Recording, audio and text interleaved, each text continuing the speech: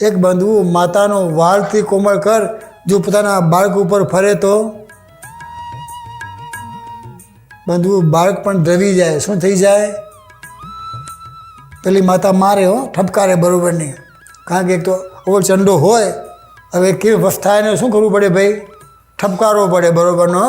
અને પછી ઠપકાર્યા પછી એ માતા પોતાનો કોમળ કર પોતાના બાળક ઉપર બંધવું ફેરવે તો અને પછી ભલામણ કરે હો કે જો બેટા તું કયા કુળનો છે, તારથી આ પગલું ભરાય, તારથી એવી ધીંગા મસ્તી થાય, તારથી આવું તોફાન થાય.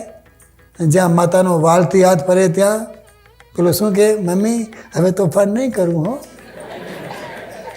બસ પતી ગયું ભાઈ. રોષ મમ્મીનો પર ઉતરી ગયો. શું થયું?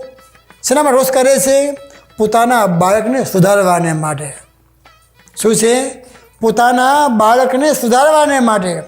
તેમ જ્યાં બંધુ આપણા ગોપાળ બાપાનો જ્યાં કોમળકર ફર્યો, સંગમાં આવી ગયો, ત્યાં બંધુ બસ અભય દાન બંધુ મળી ગયું.